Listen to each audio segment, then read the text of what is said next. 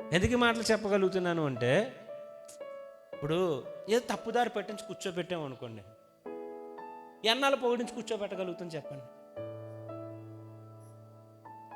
కుదిరోలే. ఇప్పుడు పైన పైన నాటామనుకోండి, అది ఎన్నాళ్ళు ఉంటుంది? చిన్న గాలి వస్తే అదే దాని వేలు లోతులకి వెళ్తే ఏదొచ్చినా దాన్ని ఏం చేయలేవు, దాని ఎత్తు ఆకాశానికి అంటుతుంది. స్తోత్రం. మన సిద్ధాంతం ఎలా ఉంటుంది? స్తోత్రం. ఇంకో విషయం ఏంటో తెలుసా? ఆ రోజు ఆవిడ ఏదైతే పెద్ద సంఘాలు అనుకుంటున్నదో, దేవుడి మహాకృప ఈరోజు దీన్నే ఒక పెద్ద సంఘంగా దేవుడు విస్తరించాడు. స్తోత్రం. అంతే అంటాం, ఎల్లు చెప్తాడు, ఆయన బోధిస్తాడు, వెళ్ళిపోవడమే. దేవుడు మనకి ఎప్పుడూ తోడు ఉంటాడు.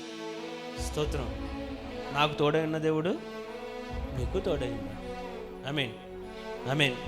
స్తోత్రం. ఈ మాటలన్నీ మీకు చెప్పడానికి ఒక విషయం, ఈ సంవత్సరం అన్ని విషయాలు మీరు ముందుకు వెళ్ళండి, దేవుడు సపోర్ట్ చేస్తాడు.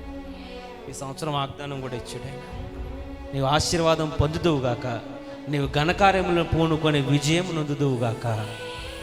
ఏం చేస్తే విజయం నీకు? ఏం చేసినా జయము జయము జయము జయము. ఆమేన్, ఆమేన్. అవ్వలేదన్న మాట నాకు వినబడదు, చెయ్యలేను అన్న మాట నాకు వినబడదు.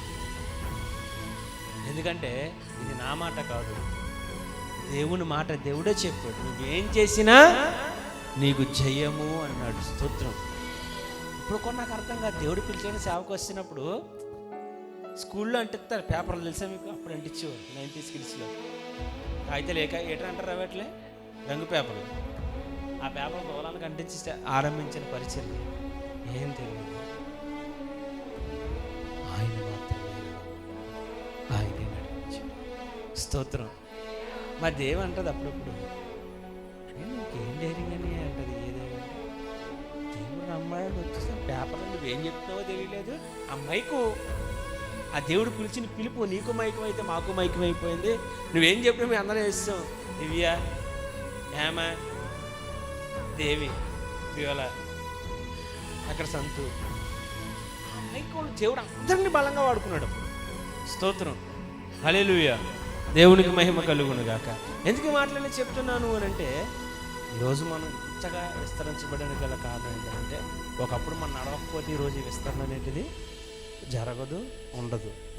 నువ్వు నడిచెళ్ళు, దేవుడే సహాయం చేస్తాడు. ఆమేన్.